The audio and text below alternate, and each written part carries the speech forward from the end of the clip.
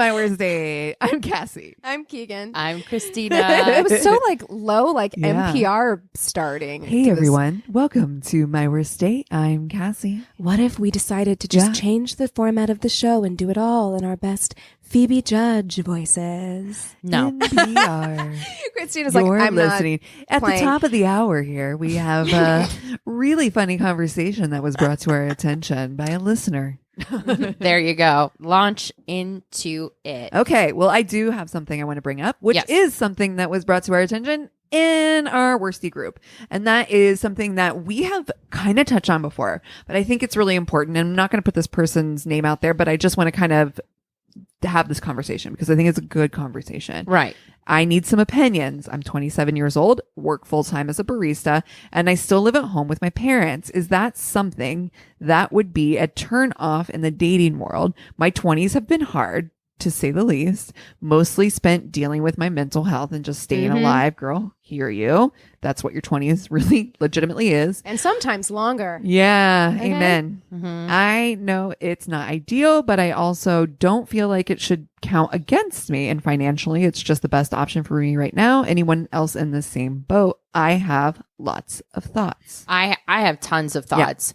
Yeah. I personally think, well, number one, your 20s are rough. Yeah. Wherever you are. But if right now, if I had to be in my 20s right now, my heart goes out to people that are trying to establish themselves into a world that's had to go through the upheaval it's gone through in the past decade. It's hard. It's hard. Right. It is way harder for like Cassie and I being like me close to 40 and Cassie in her early 40s. It was easier for us. It's still always going to be difficult. Yeah. It's different. It's different from like our parents' generation when like people could buy houses and like live on a single income. It's gotten progressively harder. Worse, right. Like it really has. Yeah. Instead of things kind of getting easier, I'm sure that's what everyone would have said. Baby boomers would have said, you know, the older Gen Xers would have said that we want things to be easier for our children. They've gotten harder because it's just like we've had economic collapses. Right. We've had all these other things. We've had stagnation. The minimum wage not moving at all. Right. Even though the cost of living has gone up exponentially. College, the amount of student debt people are carrying now, everything is so much it's stacked against harder. People. It really is. It does. It definitely is not easier. I think the thing here is the big picture is that we have to stop measuring timelines on what our grandparents, what our parents were able to achieve at different rates. I mean, we see the memes all over the place. My mom at 25 buying a house and me at 25, like I'm never going to financially recover from buying this Happy Meal. You know? Yeah. Like it's true. Like that. It's just, our goalpost, our measuring stick is so different from what was capable of being done in your 20s versus what's capable. And we're in a different timeline. Well, and you can't, there's no barriers anymore. Don't compare yourself to other people who might be the same age as you who are in a different place financially, in a seemingly better place, because you don't know their circumstances either. Like maybe they're getting tons of help from family. Not everyone has that kind of help. So you cannot measure yourself based on even someone else your own age. Right. You know, they own a house. Why don't I own a house? Like they are in this spot. Why am I not in this spot? Because there's generational wealth differences. There's all kinds of things that could be going on behind the scenes that you're not seeing. And it's unfair to yourself to be comparing yourself in that way. Like, just don't do that. And I know we've made a lot of jokes on this podcast. Well, and here's the difference. There is a major difference between making a calculated decision based on the goals and needs that you have in your life to take care of mental health, to save up money, to planning ahead and making the right choice for you financially, mentally, that sort of thing, and deciding to stay in your parents' house is one thing. Being complacent. Just being complacent is another. Because I definitely know people who are just like, meh, this is fine. And it's free. You know what I mean? Exactly. Okay, so I'll tell a story, not naming names, about Anthony has a family member. I don't think they listen to the podcast. Anthony has a family member who is in his late 30s. He lives in his parents' basement. He has always lived in his parents' basement. He does not have a job. He doesn't really do much to speak of, and he's very smart. He makes his spending money. I'm not going to say that. That could have legal consequences. We're just not going to say that. I'll tell you guys off mic. But anyway, they did try and put their foot down and kick him out, right? They're like, you have to get a job. You have to move out. Or you have to get a job or move out. So he got a job with his uncle, also Anthony's uncle, gave him a job in real estate, right? Helped him get his real estate license, gave him a job. He sold one house, made good commission, and was like, peace, I'm out. And left. No way. Moved, stayed in his parents' basement. So they were like, you have to move out. So he moved out, and then he snuck back in through a window. Stop he it. George He Costanza squattered? He George Costanza them. You know how in that episode of Seinfeld he just keeps coming to work and he's like, what are you gonna do?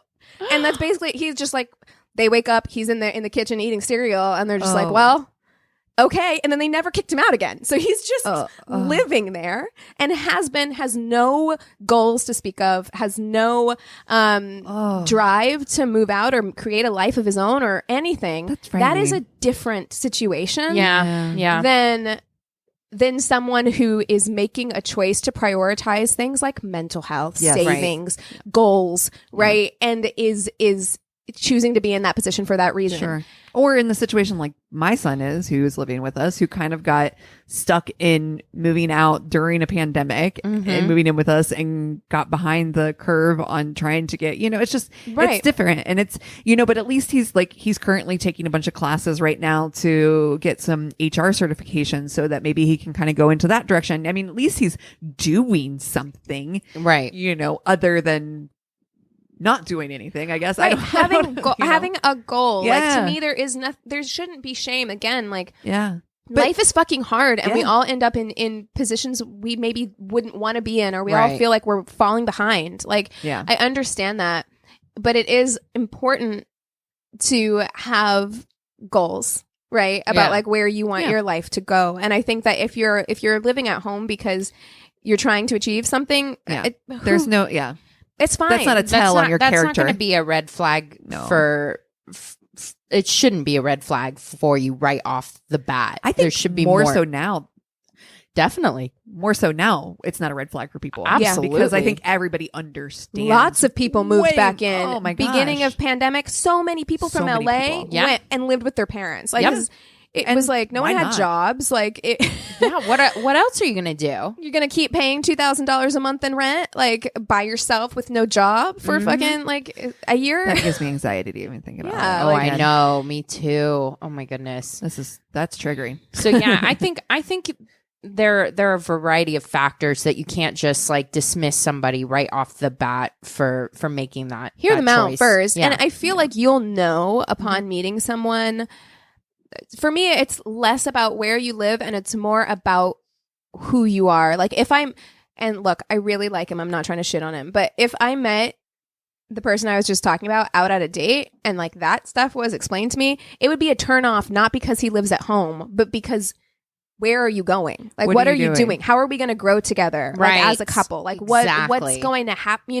That would be the turnoff, not the fact that you live at home, and I think that the fact that you don't have a job, right? or any desire to get one, you know what I mean? Yeah. I think that, so when we kind of talk about it or make light of it or make jokes on this show, I think that's really what we're talking about. We're not talking about the physical location. Yeah. I've definitely seen, people that have lived with their parents that also treat it like a hotel and treat their parents like the help. Yeah, that is a big turnoff. Absolutely, huge turnoff to me. There are also at least be doing your own laundry. There are also cultural differences too, right? Where it's it might be more normal in certain cultures to keep that family unit, people living in the house, kids living in the house. Oh, and, those things are something to be taken into consideration as well. You know? Sure. Yeah, for sure. Well, Christina, I really need to talk to you about this. I'll step out. Cassie's gonna hate it. No. So I heard this. Actually, you might already know because I heard this on one of the trending episodes for Daily Zeitgeist. Oh, I don't listen to those always, so I probably didn't. Okay, so what's up with that? There is a new dating show coming to Peacock. Peacock. And it is a Pride and Prejudice experiment in romance. What? Let me give you the official description. A group of eligible, hopeful suitors will have to win the heart of our heroine and her court, housed in a castle on the countryside, set on a beautiful backdrop of rolling hills. Okay, wait, I am interested. The heroine and suitors will experience that with which dreams are made of, from carriage rides and boat rides on the lake to archery and handwritten letters to communicate. They will Christina's be immersed. Like, Eric, I break up. I'm going to go on this show. They will be immersed in a time-traveling quest for love. In the end, our heroine and her suitors will discover if the ultimate romantic experience will find them true love. With the help of her court, our heroine will determine who most deserves to vie for her heart. Applications are open now.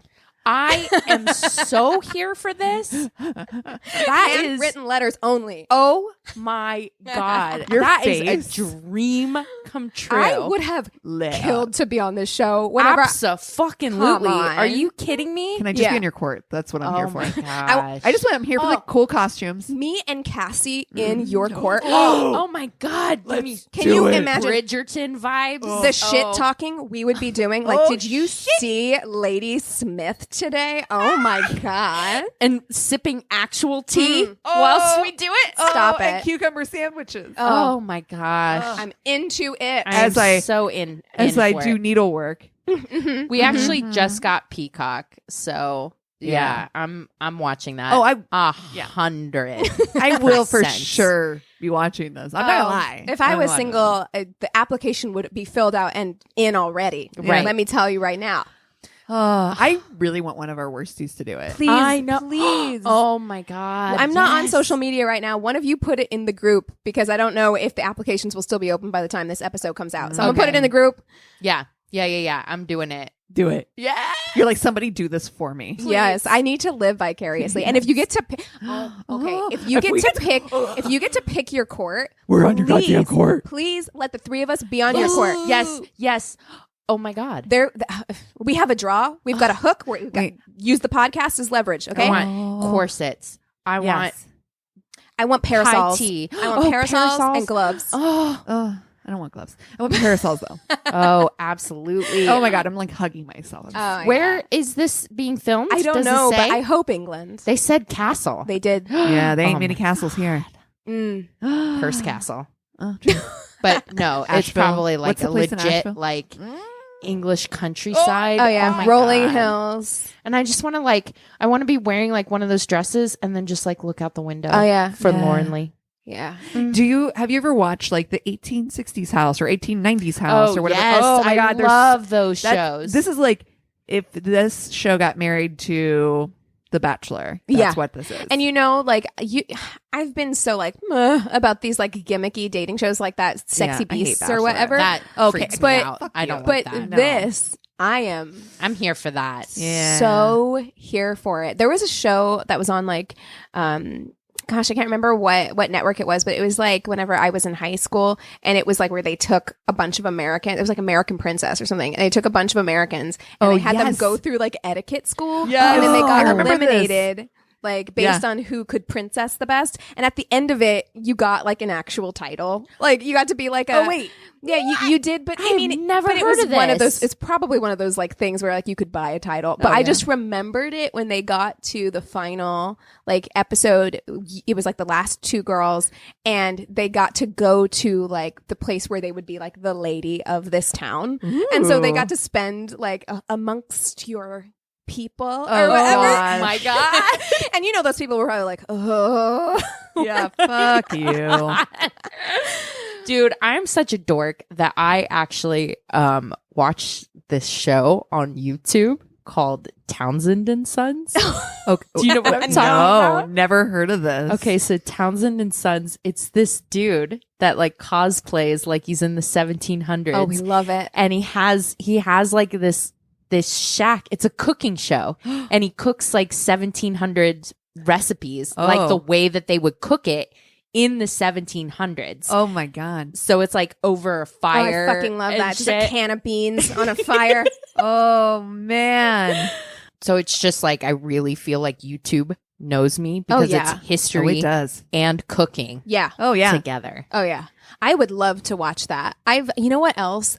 I haven't done it, but I've heard a lot of people get sucked down that rabbit hole of watching, like, what's it called? Like mucking or whatever, where people just like, they go along like the Thames or whatever in like high-waisted boots and just find shit. Treasure. Yeah. Yes. Just find treasure. Yeah. They're like, here, I found a broken pocket watch from 1862. And you're like, what? No. Antiques Roadshow, if it's on. I'm the same. I can't turn it off. Love Antiques Roadshow. And going to Rose Bowl Flea Market tomorrow. And because Eric's never been. I've never been. I'm like, I've never been either. you guys, I want to go. it is so fucking cool. Oh my God, let's go. It's huge. Yeah, it's so fun. You know, we need a dresser. We've been talking about the fact that we don't have a dresser. There is the most random shit. I love flea markets. Yeah. Also love yard sales because I'm Midwestern as fuck. Oh yeah, you're like, I can get What this are for you a penny.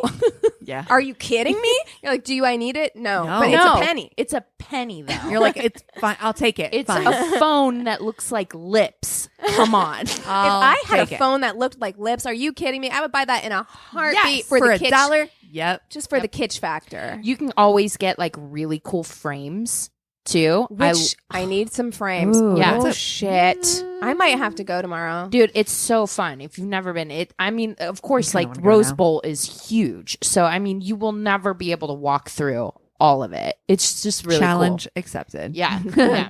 You know- I will lose Eric early on though, because he's, at records. Yeah. So Oh, God. and he's one of those people that has to look through every single Oh, one. no. So, No. yeah, I'm like, Bye. have fun. Catch But you on the yeah. other side. But yeah. I think for Fuck, Marry, Kill though, we should either do romantic, Well, that's what I was Like, gonna say. yeah. I mean, like we could do a Mr. Darcy. well, we could, but we did like the Heathcliff. We did did those. Yeah. Mhm. We could do that, or we could do dating shows. Oh goddamn! Dating shows. Fuck, marry, kill dating shows. Yeah. Okay. I like it. Okay. I like it. I'm gonna go old school. Yeah. I'm gonna go old school and go with the dating game. Oh, wow. Have you Dude. seen the dating game? Yeah, recently? it's really bad. And Oh, there's that's a bad. serial killer was Oh, on it. yeah. Rodney Alcala. Yeah. Oh my gosh. Yeah. Not Then- a lot of then- vetting done. No.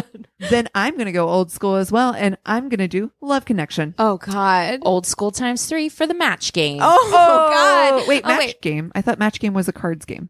Was it? I think so. I thought it was a dating thing. There's also the Newlywed game. That's what I was thinking. Oh, Okay. okay. Newlywed game. Okay, so Okay. for our listeners, we should Okay. maybe explain. So for mine, for the dating game, basically they would bring on. It was very heteronormative. I'm sorry, it was the 70s. So they would bring on one woman or one man. So let's say they brought on one woman, and then they would put a wall up between them, and then they would have 3 suitors, bachelors, on the other side, and they would ask these absolutely ridiculous, bonkers questions. A Like lot of whoopee talk. yeah, and on that show. like, Same with Love Connection, a lot of whoopee. and if you back in like 2 and 2. the questions were like, if you were a banana split topping, which topping would you be and why? Like just wild shit. And they were always just heavy sexual innuendo. Yeah. But it was the 70s, so no one actually said anything explicitly, but it was like the gross. Innuendo Yeah. was- A lot of Yeah. mustaches too. So, and big lapels were going on, lots of patterns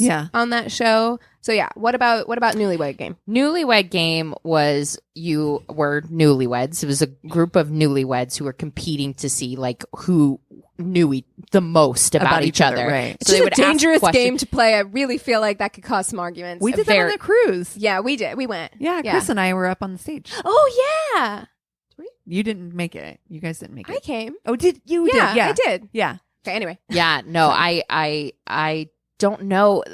Like you think you know somebody and you think you know their sense of humor and how they would answer, but who knows when you go up for one of Yeah. those. 'Cause The worst That wasn't the one show- that because was- sorry. they would always answer they would always ask this question where they would say like who's your crush or whatever, Right. who would you like, whatever. Who was your celebrity crush? And then right? one would inevitably be like, my husband's smiley face. And then Yeah. the other color would go out of the guy's face completely. And then he's just like Ashley Judd or whatever. And you're like, oh no. right. Yeah. They're going to have a fight about this later. Exactly. And that's what I loved about the show. I'd be like, dude, when they get home, It's about to get spicy. Litty Yes. titty. Yeah.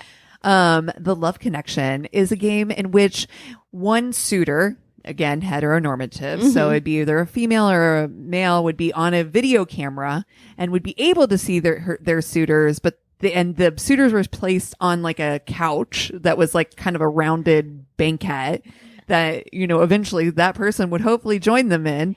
And they would ask like, where would you take her on a first date kind of stuff? It was very date specific. Oh, God. And Whoopi as well. Yeah. A lot of Whoopi. Ooh. Yeah. Oh. Yeah. All very 70s. They're very 70s, which is a mess. Yeah. A mess. I think they re-upped on a lot I of think Yeah. they probably Newlywed Game. they Newlywed, probably they were did. like, that's too dangerous. They're like, we've ended too many relationships. Yeah. Yeah, too many marriages have been cut short because of Yeah. our program. I mean, I think I'm actually going to fuck the Newlywed Game because I feel like there's a lot of like spicy. makeup. There's tea too. Yeah. Yeah, and I feel like it's gonna. There's it could be anger fucking, which might not be bad. Yeah. No. So I'm gonna go with that. At least it's interesting, Right. You know, like, Yeah. at least it's interesting. The other two are similar. Mhm. Very similar, in They're fact. very similar, but I think I'm gonna go. I think I'm gonna. Yeah. Yeah. You really don't want to marry either one. Married for life. I think I'm going to marry the Newlywed. I actually That's think what that I'm might gonna be the do, better. too. That might be the better call. Yeah. 'Cause at least you know things are on the table, Yeah. right? It's interesting. We're getting all the dirt out. There's Yeah. communication. Yeah, Oh, yeah. true. Yeah. Yeah. This is Might be- therapy before therapy might was be popular. Difficult at first, Yeah. but I feel like it brings you closer. That's so right. I'm going to marry the Newlywed. You're Same, right. I'm going same. to do that as well. Actually, I changed my answer. And then I'm going to have to, I think I'm going to fuck Love Connection. Yeah. Just because you can, the Yeah. element of You can- surprise. you can know? see them at least. Yeah. Yeah. That's what I Yeah. think. And let's be honest, Rodney Alcala. I mean, Also, yeah. but that could have happened on the Love Connection too. I don't think they were vetting anybody in the 70s. No, not really. I think Love Connection was more 80s, wasn't it? I don't know. No idea. I don't know. You know, I'm gonna. But still. Love yes. Connection feels very Love Connection like. was after Dating Game. I don't know why Love Connection feels like too like maybe it's because it's called Love Connection where I'm just like, No. oh, get off of me. You know what I mean? Like I'm like, That's you know? true. Where I'm Yeah. like, I think I'm gonna fuck the Dating Game, because I actually think that the element of it's Randy. surprise could be quite exciting, possibly. Possibly terrifying. Well, and let's be honest, it's very 70s. Looking back on it now, you might look at it and be like, no. But at the time, I think it's very much like The Bachelor or like what we talked about with Sexy Beast, where it's like, you're not, everyone on that show is conventionally attractive. That's right. By yeah. the like beauty standards of the time. So it's not like Right. you're going to wind up with someone who's like, you're like, no. I don't know. The person who got Rodney Alcala was like, I no, thank you. Well, but that's No, because he's thank you. creepy as fuck, Yeah. and he had the cold, dead eyes of a reptile. Like that's why. No shade to reptiles at all. Of course. We'd But never do that here. never. So yeah, I think I'm going to fuck the Dating Game, and I'm going to kill Love Connection. That's what I'm gonna do. Okay. What Okay. about Bye. Oh, I thought I already said. Sorry. I am going to marry the love, Newlywed Game? I'm going to fuck the Love yes, Connection. Love Connection, and kill Dating Game. You're Sorry. not going to have a very good fuck with Love Connection, I think. A lot of eye contact, I feel like, and slow music, slow jazz music. oh, it's going to be like It sexy makes saxophone. me think of the Joy of Sex book. Get Well, I hate off all of of this. me. I hate all Oh, of so much this. hair too. Yeah, 'Cause, like, very- everyone Oh, that's like God. chest hair and Oh. mustaches. Oh. I feel like Everybody it thought was they were for Magnum sure PI. my very first porn experience was Oh, yeah. finding the joy Oh. of sex. just a full bush.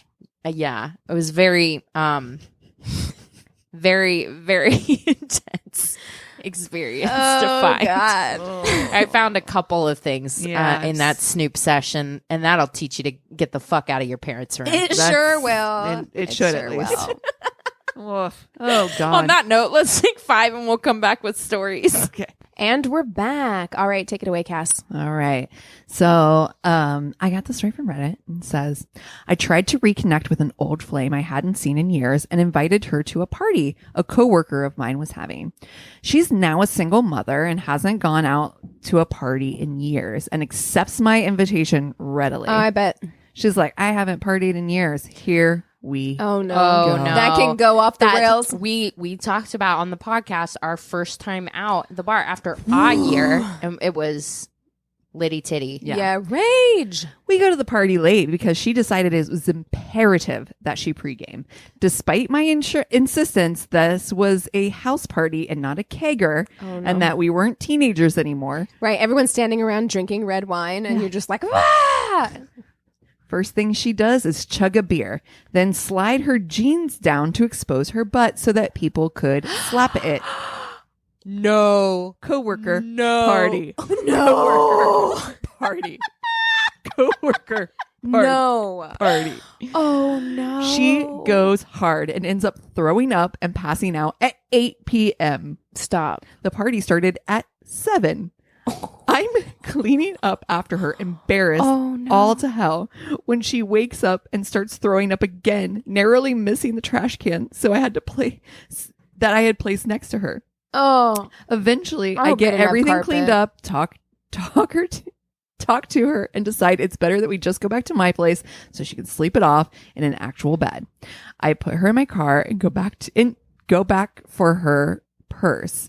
Upon my return, I discover my entire car is covered with yet more vomit. Ew. Oh no. That smell is never coming out. I clean that up the best I can. Oh God, the smell. And take her back to my place and lay her down. End of story? No, I wish it was. She decides she can't fall asleep because her clothes are cutting off her oxygen supply. Oh God. So she hot here. Strips down completely nude in front of me and then passes out. This was my tiny one-room studio, so I couldn't go anywhere to give her privacy. No. No. I also only owned one blanket, and at this point it was freezing. So I stayed fully clothed and lay down next to her and try to get some sleep. About 15 minutes later, she gets up and wanders to the other side of the studio, then just stands there. Again, she is completely nude. Oh my God, it's a horror movie. I get up to ask her what's wrong, and as soon as the words are out of my mouth, she pisses all over my floor like a dog. Oh, honey. Oh, that's a vibe. Of course. course, so embarrassing. Of course, the universe decides this is the day I should run out of cleaning supplies, so I make a, by now, midnight run for the 24-hour CVS. Don't leave her alone. I was just going to say, use an old t-shirt you don't care about anymore. There's time for all of this tomorrow. What is she going to do in your absence? Oh, no. So I clean everything up, and then I can't sleep for the rest of the night. Morning comes, and I take her home. Never spoke to her again. Heard she stopped drinking and got married, though. Wow. Like, it ruined their friendship. That's how bad that situation was. Can you imagine taking somebody to your coworker's party and they're like literally pulling their pants like, down? Play the bongos on my ass cheeks? Yeah. No. Even my friend group. No. Having somebody like, hey, this is, oh my God. No. Also, I mean, I do wonder what it does to your friendship to see someone standing in the dark, completely nude in a corner of your apartment. Just pissing. That's some like paranormal activity right. shit. Like, yeah. I'm like, I've seen too many like demonic possession movies to feel okay with this. Oh, okay. So I got this one from the Today I Fucked Up thread. Oh.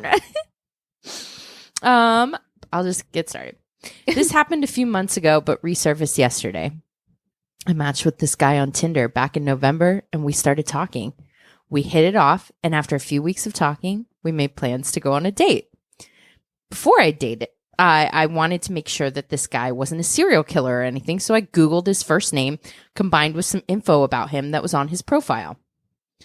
Well, I found his LinkedIn and scrolled through it. His headshot was not one of his Tinder pictures, but I thought it was a really, really good picture. And he looked way more attractive than I originally thought. Oh, no. You're like, jackpot. I thought to myself, this guy is way out of my league, and got nervous. So a couple of times I considered canceling our date. But whenever that happened, I went to his LinkedIn, stared at that picture, and thought, nah, I've definitely got to meet him. She's looking at the wrong person's picture. Oh, no. I ended up going on the date, and I'm super happy I did because we got along really well and have been dating exclusively ever since. Here's where the fuck up comes in. Oh, no. Yesterday, I was over at his house for dinner, and afterwards, his little brother sent him his resume for a critique. My SO gives me a heads up that his brother's going to call about it, and so I said, no big deal, and I kept myself busy. While they're on the phone, my SO asks his brother if he wants a critique on his LinkedIn profile, too. I glance over to the computer while this is happening, and to my horror, I see the words, SO's little brother viewed your profile. And that's the moment I realized that I'm signed into my LinkedIn on both my phone and computer, which means every single time I stalked his profile before we met, he got a notification about okay. That wasn't where I thought it was going. But no, LinkedIn is not the place. No. It is not the place. You don't y'all. go Snoopy Pants in very easy. LinkedIn will tell on you every immediately. time. Every time. You have to pay, I think, to view privately. Luckily, he's never brought it up and we're still dating, LOL. So I guess he didn't think much of it. But for a brief moment yesterday, I was absolutely mortified. And I'm still cringing just thinking about it. Oh, no. She's all like, this picture's a thirst trap. She was like bringing it up. Like, girls, screenshot it and save it to your photos. Yeah, what are you doing? Exactly. So you can be like, you just looked once and, it's fine. Hey, I wanted to make sure you're not. I mean, we all know that we Google our dates, course. especially females. Oh, yeah. We're going to Google you. Oh, yeah. We're Background check. Absolutely. Reverse Google image search. That's right. So, but yeah, screenshot that LinkedIn, honey. Goddamn Moral of the FBI story. over here. But you know what? I want to see the picture. How good was that picture? I know. She was thirsty for it. And why didn't he include it on his Tinder if it was that good? I'm just saying. Yeah. Maybe she's lucky he didn't. 'Cause she might not. She'd been like, too hot. Can't do it. Okay. About 10 years ago, I was talking to this girl on MySpace, and we talked for about 2 months. We texted, we called, etc. She gave me this pretty early in that she had some kind of heart problem, but it wasn't that bad. I was born with asthma, so I'm not one to judge whether I should date someone on something like that. So I finally convinced her to meet me at a mall for lunch. Nothing big. This whole story, MySpace, the mall. Okay. Yep. I get to the mall 15 minutes early and go to where we're supposed to meet. And I end up waiting for an hour and a half past our meet time. It's a long time. Yikes. That's too long. I sent a few texts asking if anything was wrong or running late and even tried to call multiple times before I left to go home. Not a single response. So I got stood up. Not too big of a deal usually. Hurt a little more seeing as I spent 2 months getting to know her already and didn't expect to be stood up, but that's not the worst part. Oh no. Over the next couple of days, I sent a couple of texts and tried calling a couple times and left a couple of messages on her MySpace trying to figure out what happened. Not mad or angry, just kind of confused and trying to clear things up. Cassie and I are literally holding our breaths right now because of what I think is going to happen. Oh, no. Well, 3 days later, it's Saturday now, I had a computer animation class that ran from 9 a.m. to 2 p.m. I get a text from her saying that it's her sister and that the girl I was supposed to meet died 2 days ago. That's what I thought it was going to be. Oh, no. From her heart condition. Oh, no. It's like 10 a.m. by now, and I'm in class, so I had to step outside and tried calling her number, and no one answered. So I text back, and her sister texts me back, telling me that she's not kidding and that she died and is being cremated, and started spouting obscenities through text, telling me that I should have been there at the hospital, and I wasn't there, making me feel like shit, and still won't answer my calls, and eventually tells me to never call or text that number again. I definitely was not finishing the rest of the class that day, so I went home, and it gets better/worse. So 2 days later, I'm checking my mail on MySpace and I'm feeling like shit. And so I thought I would check out her profile and I noticed that I'm not friends with her anymore. So I thought that maybe her sister was so pissed that she got on her account and unfriended me and then blocked me. So I made a throwaway account and went to look at her profile just to at least see her pictures. And I noticed that there was a new picture posted within the last 6 hours of her with her friends. And her and them were commenting on the picture like it happened the day before. So the only thing I could think was, what the fuck? It's now been like 6 or 7 days since the day we were supposed to meet, and 5 to 6 days since she supposedly died, and I felt like shit. What? So I messaged her with the throwaway account telling her I thought she was cute and would love to talk and get to know her. And she gave me her number, the same number I was using to text the whole time. I didn't do anything else. I got the hint. She played me and for no reason made me feel like shit. So I decided she wasn't worth my time. 3 months later, I was on a 4th or 5th date with a girl that at that same mall, and we were getting ice cream. And I went to turn around and saw her walking my way. And she saw me, and she looked like she was going to shit right then, not expecting to see me. So in front of her, I kissed my new girlfriend and looked at her and smiled, and we continued on our way. Oh my God. That was a roller coaster. That is terrible. Whoa. You can't tell someone that you fucking died. And then not only to do that, but then to also be like, what kind of like weird narcissistic behavior to be like, how dare you weren't there for her? Like, well, and also she ghosted him. Yeah. And then was like, okay, she like pretended to be her sister, saying she died. She faked a heart condition. Real fucked up. That is unbelievable behavior. That's something a therapist should diagnose. Yeah, y'all should talk about this. Yeah. You're going to want to put... Also, like, how old were they? They had to be, like, teenagers. Like, maybe... Right? It sounded to me like maybe early college, because he's talking about that class. It's a long class, you know, so I'm thinking maybe like freshman college. Oh, my God. Age. No. Oh, God, you guys, I hate that. Yikes. Well, speaking of yikes, are you guys ready for my tainted love? Always. Yes. All right. So I got most of my notes from a really good kind of like blog article on a site called Scandals and Sweets by Cindy. I don't know her last name. Okay. But Cindy. Just Cindy. Had tons of really good information for me. Thank you, Cindy. Wikipedia, tons of information there. Chicago Sun-Times articles. So that's where I got the majority of the information. I said that, or I couldn't remember what had prompted this, but I think I'd seen it on Deadly Women, if I'm not mistaken. I think that's how I first kind of came to know about this. All right. I'm going to tell you a little story about Beulah May Sheriff. She was born in Owensboro, Kentucky in 1899. She, Beulah. That's a name we haven't heard in a while. Yeah, that's right. Well, not since probably 1899. Yeah. Yeah. She, early on at the age of 15, marries this guy named Perry Stevens. You know, just a local guy that she'd met, fell in love, 15 years old. It's 1899. So it's like, okay. Yeah, that tracks. They had a son together, but she was soon bored with the married life and motherhood, and she wanted to go out and party and have fun because she's a kid. Like, literally a child. And we're heading into the roaring 20s. That's now. Exactly right. Yeah. So she is like, we're heading into the jazz age. Shit's getting wild. People want to go out. They want to drink and have fun and party, and it's Owensboro, cut all their hair off. And that's right. Just get wild. So she's getting sick of this whole like motherhood life. She's like, this isn't it. Yeah. This is not it for me. So she starts partying and seeking new male companions. And of course, Perry starts to suspect this, but it was actually confirmed when after a night of partying led to an accident with a telephone pole and one of her suitors. So imagine that knock on the door. Your wife was in a car accident with another gent. Right. So I'm sure that didn't go over with the fellow neighbors very well. And so soon after, Perry was like, nah, deuces. He files for divorce and custody of their son, which doesn't seem like she cared that much anyway, because she was like, I'm not really into this whole mother thing. Ew. Oh, great. She quickly moves to Louisville, Kentucky, where she ends up meeting Albert Annan. Al is what he goes by.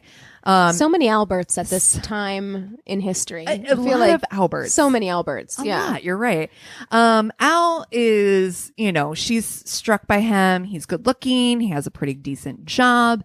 But she's a party girl, and she's like, I live for the nightlife. I like to boogie. And so she's like, Charleston. Yeah. I will agree to marry you if you move us to the big city of Chicago. Honey, yeah, she's committed to that party life. Yeah, she is. She's like, I heard about these jazz clubs and I'm ready to go. So much cocaine. Chicago bound, Al found a job at a garage. And, you know, he's, you know, making a decent living and, you know, supporting them. But she again isn't feeling like she's being properly spoiled in the way in which that she feels that she deserves. And she is, you know, wants a little bit more dough and she wants to go out and party and spend her money on drinking and having fun. So she takes up a job at a local laundromat where she then meets Harry Kalstead. God damn. Beulah. Yeah. Beulah does like the nightlife. Yeah. And does like to party. Yeah. Yeah. And does like men. dick. Yeah, she loves the peen. So she and Harry started an affair, and you know it's this partying lifestyle, and he's fun and young, and she's ready. I mean, and also too, can we talk about how she's probably like what 20? Like exactly. At this point, like she's still like she's lived a life. Beulah. Yeah, she's just like I'm young and I'm here to have fun. I came to party, so. Her and Harry start this affair, and it's on April 3rd of 1924 when Harry comes over to the house while Al is away at work. So he comes over drunk, and the story gets a little questionable after this point because suddenly Al gets a call at work around 5 p.m. that Beulah has shot someone who had tried to make love to her. Oh, I see. You told me you were going to do this. Okay. All right. So Al, struck that his beautiful wife would be in this state where she had to kill somebody to protect herself and protect her integrity, rushes home to find a dead Harry Kalstead on the floor and his wife covered in blood. So he's like, let's call the police. And so she proceeds to let him know what happened. Harry came over. This is a guy she knows from work. He was drunk when he got here. He had a bottle of wine with him and insisted that I have some with him. And she's stinking drunk by this time. And when he's home, and he said that he was going to force her to make love to him and asked where they kept the gun in the house because she refused. So they went to the bedroom and the gun was on the bed and he reached for it, but she got there first and shot him in the back. Oh, I see. Sounds plausible. Is this the musical Chicago? Yes. Is that what you're doing? Yes. So this is the true story of Roxy Hart. Oh, brilliant. They had to give her a sexier name. They were like, Beulah. Beulah doesn't Beulah's work not going to sell tickets it doesn't in New York work City. in musicals, you know. There's what do you rhyme with Beulah, you know? Yeah, that's right. Yeah. What's her last name? Anon. Yeah, it doesn't work. It doesn't work. Doesn't work There's at all. nothing good. No, nothing good Roxy Hart is much flashier. It is much flashier. And this is everything, I think. Roxy Hart is who she wishes she was. Oh, she should have changed her name. Yeah. Sure. Yeah. So, a lot of things happen, right? So apparently at 2:00 is when she shot him. And when she shot him, the noise scared her. And she was so shook that she turned on her record player to play Hula Loo at loudest volume over and over again because What the fuck? Well, she spent the next, 4 hours? Drinking, playing Hula Loo over with and a dead over. body in the same room with as you? Like a dying no. body in the same room. What? When the police got there around 6 p.m., oh my God, they found the body, but the coroner said that he had only been dead a half hour. Shut your mouth. Yes. So she turned up Hula Loo to drown out the sounds of like dying man. help! Yeah. Somebody, please. So yes, the coroner at 6:20 said that he died 30 minutes before, which means the police arrived when he was only 5 to 10 minutes dead. Wow. I hate it. Yeah, it's awful. And when the police first get there, Al is like, I did it. He came in and he was going to try to rape my wife. And it is so much like the actual movie of Chicago that you're just like, because you watch Chicago and you're like, that's wild. That can't be true. Murderess Row. Okay. But the fact is that Murderess Row was a real fucking thing. Yeah. And women at that time, they said it was like a 400% increase on crime from women at the time. Look, they're fed up. Okay? Yes. They'd gotten the vote. And that was kind of the case. So see how was happening too is that they knew there was not a lot of strong legislation to help support women who had been dealing with abusive relationships and all these things. So they were getting off scot-free. Like women just were not being prosecuted or not being, convicted of these crimes. Right. So women were just getting off. I mean, Chicago was a wild fucking time. But the story keeps changing, right? So initially that was the story. Then it was the story of, okay, I'll admit it. I haven't been completely honest with you. They're like, no kidding. Harry and I had been having an affair. I did know him. This wasn't random. He did come over, but I had told him that I was in a delicate state. And that was why I wanted him to leave, and he got so upset and I feared for my life. That's why I shot him. So the story does change numerous times, and I am going to read you excerpts from the actual court documents from, nope, not that. There we go. Oh, here we go. So it reads almost just like the movie. It's wild. So she says that afternoon, I saw he was crazed with drink and I begged him to go. He refused and asked me to take a drink. I did, just to please him. I thought he would leave then, but he didn't. I begged him. I told him that my husband would come home and that he would shoot us both. Then he said, come into the bedroom, and I refused and begged him to go. Finally, I told him, go ahead, Beulah, tell the jury. I told him of my delicate condition. He refused to believe me and boasted that another woman had fooled him that way.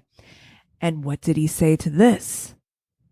Then what did he do? He started for the bedroom. Maybe he was a step ahead of me, but he had time. I got to the bed. He was even with me. He grabbed for it. I reached for it. For the gun. Yeah. That whole part in the music where they're doing that on the court. And that's what they're doing on the stand. Where it's like, exactly. It's so funny. Like that. Then he said, he put up his hands and said, I'll kill you yet. He started toward me. I pushed his shoulder with my left hand and pulled the trigger. It is. But wasn't he shot in the back? Yeah. That doesn't make sense. None of this tracks quite. Not quite.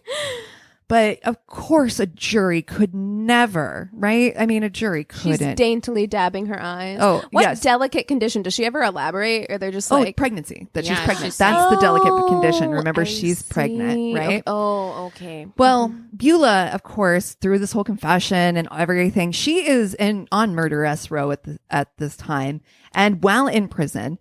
though she has many tearful interviews with the press, who fucking love her, by the way, and eat her up. She's getting fan mail from all over the country because these are like articles that are being, consumed by the masses. So they're like, oh, this beautiful, they said she was the most beautiful woman to, stand trial, basically. Chill. And they were like, she's just a delicate flower with beautiful auburn hair and bright blue, big blue eyes. I mean, they just nobody with bright blue eyes could possibly murder someone. Come on, of course not. While in prison, she complained that there was no cold cream or powder, and they only played sacred music. Bookies were offering $1,000 to a 10-cent bet if she was found guilty. That's how much Chicago was like, no, she's going to get off. Yeah. She's 100% going to get off. Yeah, she's pretty. Yeah. Oh, no, she's pretty. She's good. Oh, yeah. 10-cent bet against her. Yeah. Okay. Women were literally getting away with murder at the time, like I said. Like, this is just, the crime rate had exploded. Beulah was still giving interviews, crying about missing her 7-year-old son, who, I'm not going to lie, never is mentioned. Yeah, she probably had not seen him for ever. How long? Since he was a baby, I'm certain. Yeah. And she was called The Prettiest Slayer. That was the title. Wow. The final blow to her story, though, was her newest photo ops and all those things was that she was pregnant, right? And she basically was like, if they convict me, they're going to have to hang a pregnant woman. So like, they're just not going to do that. Not at that time. Thick. Less than 2 hours for a not guilty plea or for a not guilty verdict. Al, who had stood by her this entire time, adamantly supported her, worked his ass off basically to support her, pay for her, basically mortgaged himself to the hilt, was all of this to pay for her trial, the defense attorney, and her wardrobe, which was often like talked about in the newspaper like press. Fashion. Yeah. Today she wore a muted blue dress with it was very much like what she was wearing and how she looked. John C. Reilly was the he nailed it. I have cellophane in my head right now. Cellophane. Yeah, same. Oh my gosh, he was just the perfect choice. Perfect. That movie won 5 Academy Awards. Yeah, and Catherine Zeta-Jones won. Good. Oh gosh, and she was amazing. So, in less than 36 hours after the verdict, as Beulah packed her shit and was like, deuces. She's like, I'm famous now. Yep. And I am going to move to the West Coast and push my fame forward as a Hollywood actress. Some people have no shame. It's amazing. She said to the press, and I quote, "He doesn't want me to have a good time. He never wants me to go out anymore, and he doesn't know how to dance. I'm not going to waste the rest of my life with him. He's too slow." Whoa. Damn. What a terrible person. Awful. God. Fucking awful. Her hopes to accelerate the celebrity dream, though, to movie stardom did not go They're anywhere. moving on to the next thing, dude. Womp womp. Yeah, Yep. after her divorce from Al in 1927, she meets and marries Edward Harlib, who was a former boxer and garage owner, and claims abusive relationship. Apparently, they had a very volatile relationship. And he was also possibly married before, so there was that minor issue of him having another wife named Inez and a child, but no big deal.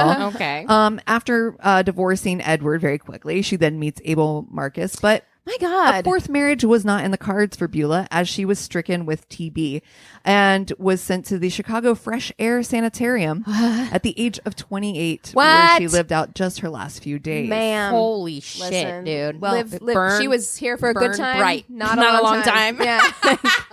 That's right. Well, the other side of the story. This was all made famous because the story, along with some of the other women's on Murderess Row, like Beulah. There's also Belva Gartner, whose story is Velma. Uh-huh. And Sabella Nitti, who also got so this was also one of the things that was happening at the time. A lot of beautiful white women were getting away with murder. Oh, well, but yeah, of course. if you were an immigrant like Sabella, who was Italian, maybe not quite as pretty, didn't have a lot of money, you weren't getting off as scot-free. Wow. But she had some very good Italian lawyers come in and give her a very nice makeover. So a lot of things were, it was very, very scandalous at the time, and just people were getting away with anything. But there's another case that I feel like I heard of that was around this same time, where they mentioned Beulah's case and that sort of thing, where the press was just awful to this woman because she was ugly. Could have been her. Because they did not. She was ugly, and I'll show you a picture of her. And I believe she got convicted. So I don't know if it's this Italian, but they convicted somebody. It was like the headlines and stuff. I was like, God damn, that's brutal. Well, the headlines came from a really young and up and coming writer at the time. She was a brand new beat reporter. Her name is Maureen Dallas Watkins, and she would go on to write a little play called Chicago. Of course, that was turned into a musical. A great musical movie. And so the legend lives on. And the Belva Gardner story is very much Velma. I'll tell you a little bit of it, kind of a 2-for-1 here. But Belva Gardner, she was divorced from a very wealthy man. Had a lot of money. She used to be a cabaret singer. Like, that is how she got her start. She married a much older man. had a lot of money. This was a guy that she was seeing at the time, ended up dead in her car with a gunshot wound to his head. So she was found upstairs in her apartment in her robe and being like, oh, I don't know what you're talking about. I blacked out. I don't remember. I don't remember. So her whole story was, I just don't remember what happened. And that bitch got off too. Wow. What a time. Time to be alive, right? What a time to be alive, white and pretty. Yeah, that's exactly it. I'm just like, I'm not getting away with that shit in Chicago in 1920. Rich. Yeah, like, And No, you are pretty. but I'm not white. It's true. And thank you. And with enough cold cream and powder. I don't know. I just, The right clothes. Girl, you guys, I gotta be honest. I got pictures of Beulah and I'm like, yeah, she's It's fine. she's a white woman. But I'm like, I'll give that to you. That you nailed that. But I'm like, is she the prettiest person I've ever seen convicted of crime? No. Yeah, beauty standards definitely change. I feel that way when I'm watching Snow White too. I'm like, this bitch. Like, I mean, it's just, Really? and she's drawn, and I'm like, she's fine. Yeah. She's the fairest in all the land. All? Really? Like, Everywhere. Everywhere. You checked? Where does the land yeah, What what is are the the- boundaries of land? Right. Where's the border? Yeah. I mean, you don't really see that many other people. You so- don't see that many other women, period. There's Yeah. 2 women in that movie. Yeah. Yeah, so I mean, It's an island of 2 women, and she is the fairest. And lots of dudes. yeah. And they all think she's V hot. She's the fairest. Mhm. Well, that was a really good one. That was a wild ride. Wow. It's good. And it's wild that it's true. So it's like definitely a story, you know, right? Like, because of obviously the fame. But the wild part is that it is true. Like, the wild part is like That it follows so closely. that Yeah. I was like, literally, like, I feel like I need to watch this movie And again. 'Cause it's been a long time. But this is Beulah. Oh, at the time, yeah. She Oh, was she probably looks hot at the time. Pretty, but she's not like. She's not 2021 beauty standards I don't hot. even think she. Well, and that's my point. Is I mean, I've seen pictures of my great grandparents and shit from that time, and I'm like, I don't know. My great grandma would knock your ass But out. see, look up a picture of like Clara Bow. Okay. Yeah, for sure. Beautiful. But And I think also she's the beautiful. same kind of that Small that lips, big shape, eyes. Yeah, that is very, very much the look at of the time. Mary Pickford also. Yeah, I can see it. I can see it. Yeah. I don't know. I think she looks kind of homely. I'm not gonna lie. Because I'm not going to pull up a Clara Bow picture because I feel like I must. Well, we'll let you, the listener, be the judge of that when you look at our Instagram and Yes. comment I on whether or not you think mean- she's hot. Clara Bow, but it's similar. It's similar. Yeah, it is. They have very similar. It is. It's the big eyes, small lips. Yeah. Yeah. Clara Bow looks like a cartoon character though, almost, because her eyes are so big. Betty Boop, right? Yeah. Yeah. Well, Betty Boop was actually a black woman. Oh, I thought Betty Boop was drawn after her. Mm-mm. Oh, okay. I know, No, there's it's a whole based story. off, yeah. Yeah. Do you know? I actually, I cannot watch black and white. No, I know. cartoons. You think that they're Oh, no. creepy. They They're are. very like herky jerky. I don't like it.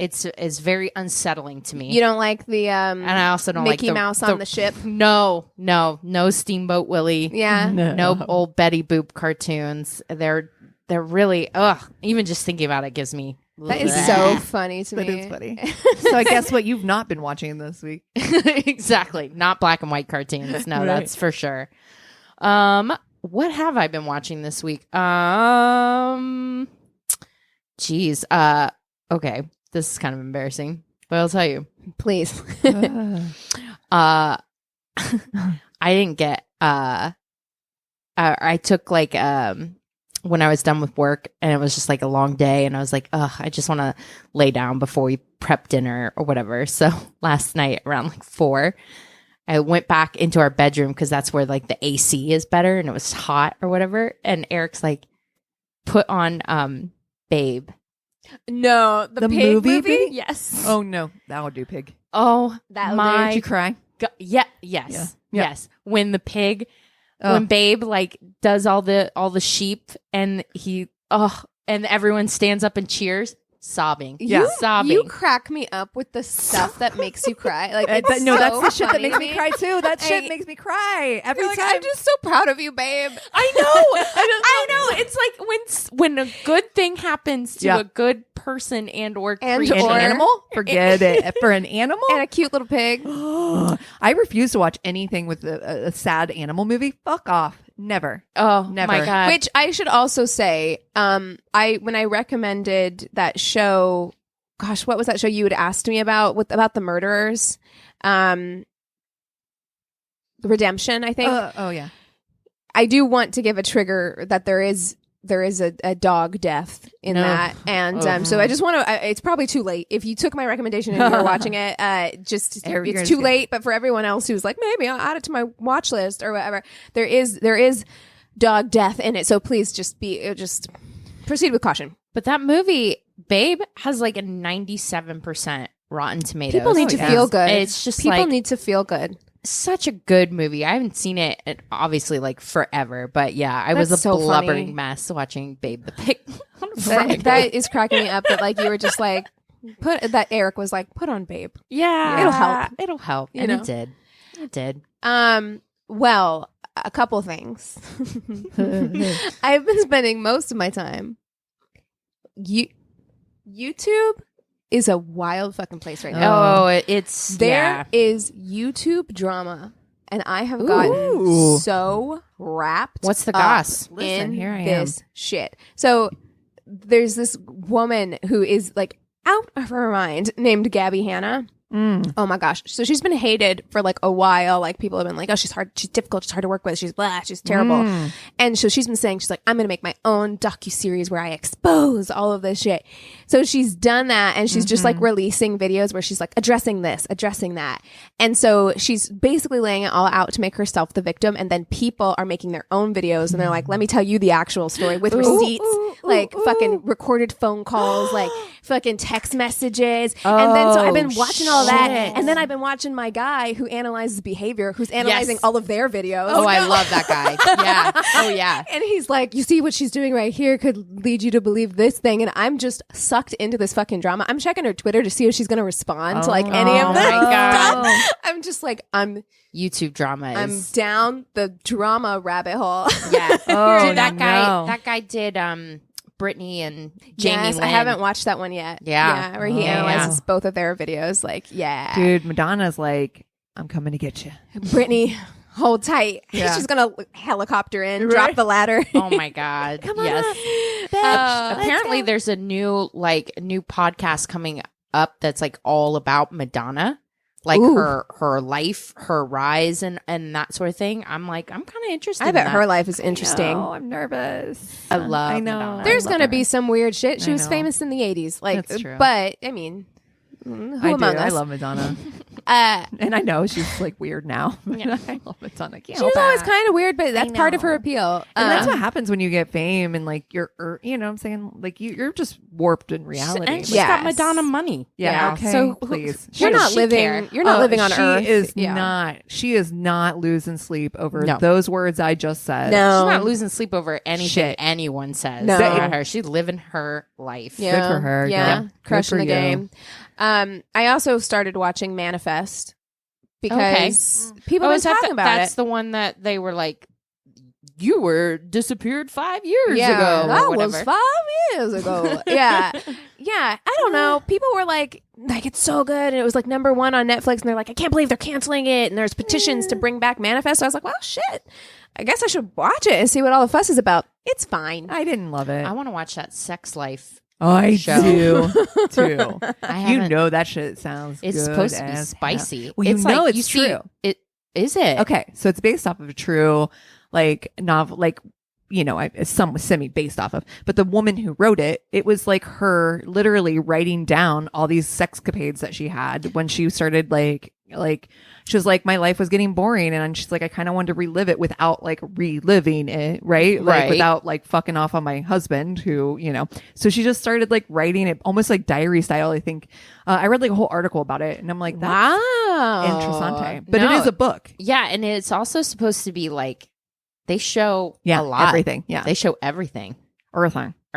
I'm like, I gotta go to that timestamp. There's like that viral, like, it's viral on TikTok where they record reactions. They're like, go to Sex Life this season, this minute. Oh, and everybody like they have their reaction where everyone's like, and I'm like, oh shit, I don't even know if I want to watch the whole series. I just want to watch just that clip. Okay, all right, yeah, interesting. We'll do it for our Instagram stories. Just reaction. Yeah. My eyes. If I had to see it, you do too. Yeah. I am barely watching any TV right now just because I so much freaking homework, but I did for my my homework recently. So in my philosophy class, we have to watch a movie, and I just had to watch The Social Dilemma, which you guys had watched and was 100% on my do not watch list because I do not want to know. And my professor was like, oh, but you will. And I demand it. I have feelings that I don't love. Yeah. Well, let me say, I'm off of Facebook and Instagram, and it's good. Like, it's a good feeling. I won't be off of it forever, and I know that social media serves a purpose, and I've actually defended social media on this podcast before because I think that it's a mixed bag, right? Yeah. There's good stuff and there's bad stuff. But I think it is good to watch that documentary and just to have the knowledge of like what's going on. Anything that you do, if you're mindful about it, is always going to be better. But sometimes I do find myself mindlessly scrolling or doing things where I'm like, why am I doing this? You know, being mindful about you being the product. You are Facebook's product. Yeah, that's right. Being mindful about everything about social media and choosing to go on there and engage with like the My Worst Date group or whatever is one thing.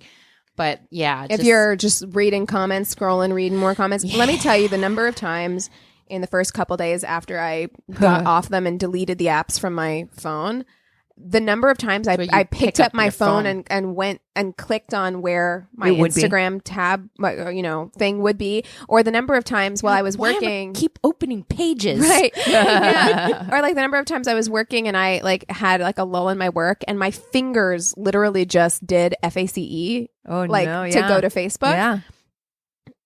You know, like it's just when that starts happening where it's just this like impulse that your body does because it's a habit that you've been doing for so long, maybe just evaluate it. Yeah. Yeah. Just be aware of it. It's like any addiction though, right? Yeah. Well, I would do it with dating apps too. Yeah. Yeah.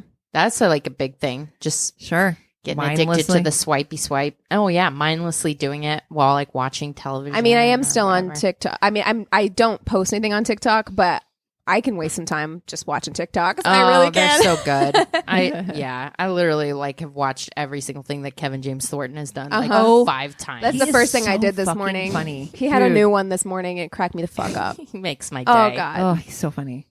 Well, if you guys have stuff that we should watch, if you have stories that you want to tell because you're out there dating again, go to our one-stop shop of website. It's myworstdatepodcast.com. And we love you so much. Cheers.